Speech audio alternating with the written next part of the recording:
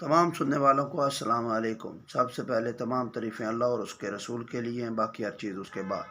جی، voice news والوں کا میں دل سے شکریہ ادا کرتا ہوں جنہوں نے میرے لیے اپنا قیمتی وقت نکالا اور میری آواز بنے۔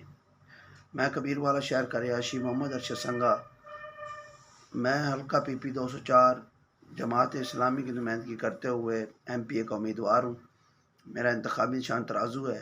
میں عرصہ دراز سے سوشل ورک کر رہا ہوں۔ میرا مقصد عوام کی خدمت ہے، رب کی رضا کے لیے۔ اس کے علاوہ میرا کوئی مفاد نہیں۔ یہ کام میں اسی طرح کرتا رہوں گا۔ کبیر والا شہر میں میرا آفس ہے، سنگا پیٹرول پمپ پر۔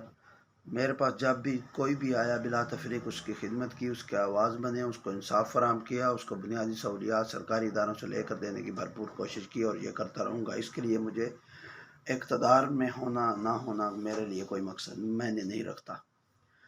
امید کرتا ہوں کبیر والا کی عوام مجھے اپنا عوامی نمائندہ منتخب کریں گے اور میں ان کی نوکری خدمت کرتا رہوں گا، انسانیت کے حقوق کے لیے لڑتا رہوں گا، اور ایسا میں پہلے کر رہا ہوں، جس کے نتیجے میں مجھے کئی دفعہ جیل بھی جانا پڑا، لیکن اللہ تعالیٰ کی ذات نے مجھے عزت دی اور عزت سے بری ہوا، اور یہ کام میں اسی طرح عوام کی خدمت کا کرتا رہوں گا۔ جماعت اسلامی، جس طرح آپ کو پتہ ہے، سراج الحق صاحب سادہ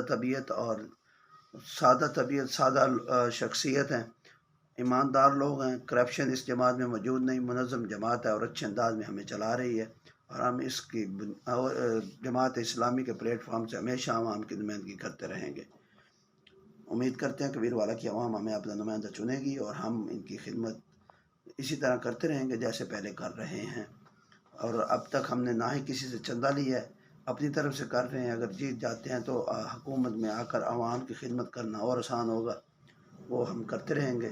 جماعت اسلامی کے مختلف پروجیکٹ چل رہے ہیں فلاحی بہبود کے، تو ان پر بھی ہم ان کو بھی ساتھ لے کے چلیں گے اور ان کے مشورے کے ساتھ چلتے رہیں گے۔ جی، شکریہ۔